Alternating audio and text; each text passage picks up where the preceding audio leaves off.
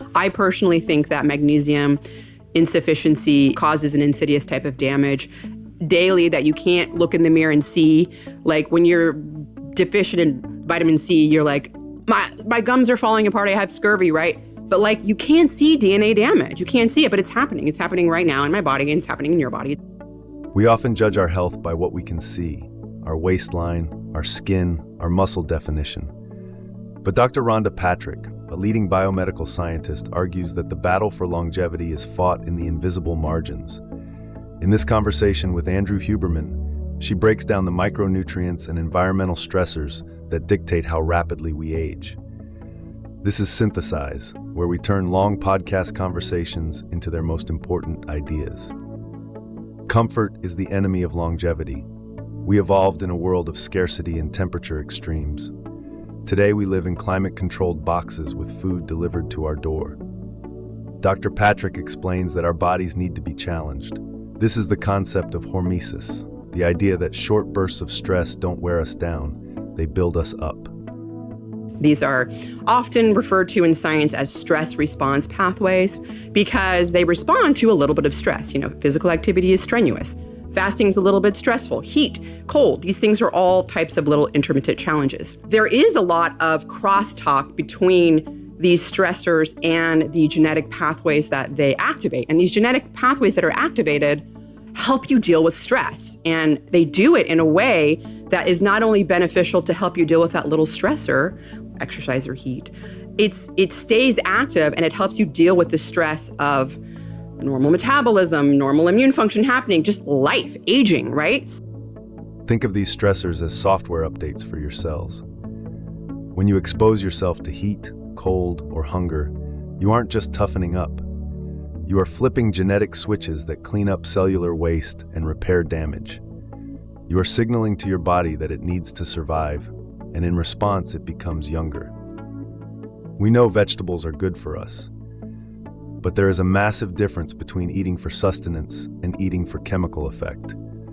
Dr. Patrick highlights sulforophane, a compound in cruciferous vegetables that triggers powerful detoxification in the brain. But here's the problem. Cooking broccoli destroys the enzyme needed to create it. Luckily, there is a simple chemical hack to fix this. So you do somewhat lower the sulforophane levels when you cook the broccoli. However, there was a study a few years back that showed adding 1 gram of mustard seed powder ground to your cooked broccoli increases the sulforophane by 4-fold. This is biohacking in its purest form. By adding a tiny amount of mustard powder, which contains the active enzyme myrosinase, you essentially resurrect the nutritional value of the cooked vegetable. You turn a standard side dish into a potent activator of your body's defense systems against cancer and neurodegeneration. If you could take a pill that statistically added 5 years to your life, would you? The data suggests this isn't science fiction. It comes down to the omega-3 index, the percentage of EPA and DHA in your red blood cells. The contrast between the average American and the average Japanese citizen reveals a stark reality about our modern diet. Standard American diet has an omega-3 index of 5%. Japan, by contrast, has an omega-3 index of around 10 to 11%. Big difference there. And they also have about a 5-year increased life expectancy compared to people in the US.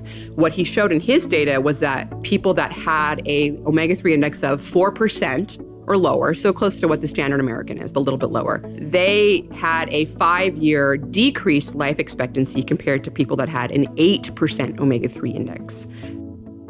This isn't just about avoiding heart disease. Omega-3s form the physical structure of your brain cells. When you are deficient, your cell membranes become rigid, making it harder for neurotransmitters like serotonin to function. The difference between 4% and 8% isn't just a number on a lab test. It's the difference between a brain that is resilient and one that is slowly degrading. This brings us back to the most chilling insight of the conversation. There are deficiencies that scream at you, like scurvy or rickets, and then there are deficiencies that whisper. Magnesium falls into the latter category. It is essential for DNA repair, but because the damage is microscopic, you never notice it until it's too late. I personally think that magnesium insufficiency causes an insidious type of damage daily that you can't look in the mirror and see. Like when you're deficient in vitamin C, you're like, my gums are falling apart, I have scurvy, right? But like you can't see DNA damage. You can't see it, but it's happening. It's happening right now in my body, and it's happening in your body. It's happening normal metabolism. It's happening, every day. But we repair that damage. We have repair enzymes in our body called DNA repair enzymes. They require magnesium. Magnesium is a cofactor for them. Insidious is the key word here. If you lack magnesium, your body doesn't shut down immediately. It simply stops repairing the daily wear and tear on your genetic code. Over decades, this accumulation of unrepaired errors is what we call aging. Eating dark leafy greens isn't a chore, it's a daily maintenance crew for your DNA. We call it vitamin D, but that is a misnomer. It is actually a steroid hormone that regulates over 5% of the human genome. It controls everything from your immune system to the production of serotonin. Yet 70% of the population is operating with insufficient fuel. So basically, the point is that vitamin D is a steroid hormone, meaning it actually binds to a receptor and another receptor dimerizes with it, the retinoid receptor. And that complex goes into the nucleus of a cell where your DNA is, and it recognizes little sequences of DNA called vitamin D response elements. They're called VDREs. They're specific sequences of DNA that this complex, vitamin D bound to the vitamin D receptor, goes inside and recognizes and turns on a whole host of genes, turns off a whole host of genes. Because it regulates gene expression, vitamin D dictates how your body reads its own instruction manual. Without it, the instructions for serotonin production and immune defense get skipped.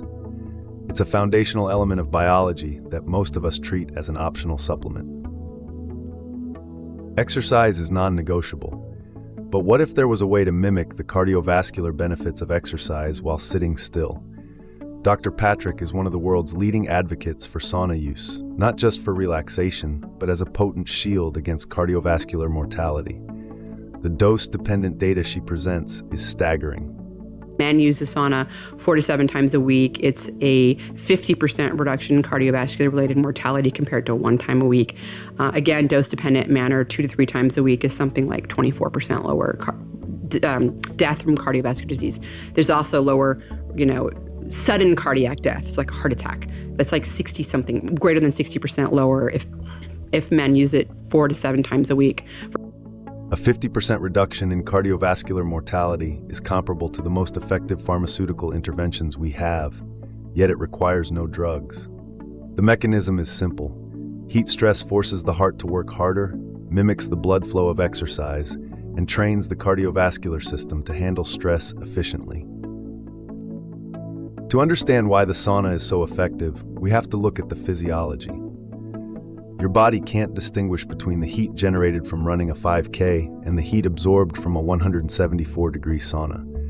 The physiological cascade, heart rate, blood pressure, blood flow, is nearly identical.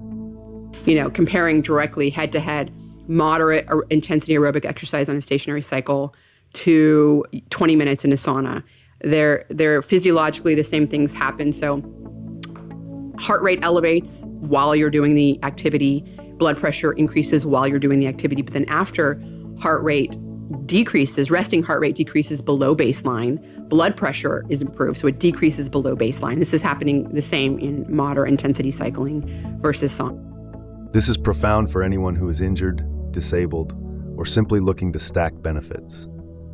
The sauna isn't replacing exercise. It is a form of cardiovascular conditioning. It allows you to double down on heart health recovery without the mechanical impact on your joints. Not everyone has access to a sauna, but most of us have access to hot water. If the goal is to activate heat shock proteins, the molecular chaperones that prevent plaques from forming in the brain, you don't need a fancy spa. You just need to raise your core body temperature. So the hot bath at around 104 degrees Fahrenheit, which is typically what studies will use for temperature, and it's 20 minutes from the shoulders down. And that is like a very robust activation in heat shock proteins and in brain-derived neurotrophic factor. This lowers the barrier to entry completely. Longevity isn't about expensive equipment. It's about leveraging temperature to trick your biology into a state of repair. Whether it's a sauna or a bathtub, the heat is the signal your body is waiting for. Dr. Rhonda Patrick's philosophy is clear. The modern world is designed for comfort, but your biology was designed for challenge. To bridge that gap, we need to be deliberate. 3 core takeaways to integrate today. 1. Embrace hormesis. Don't fear the stress of heat, cold, or exertion. 2. Chemistry over calories. Add mustard seed to your broccoli and check your omega-3s. 3. Mimic the work. Use heat to condition your heart. The question isn't whether you are healthy by standard definitions. The question is, are you giving your body the raw materials and the stress signals it needs to repair the damage you cannot see? If this kind of breakdown helps you think differently, you'll probably enjoy the next video too.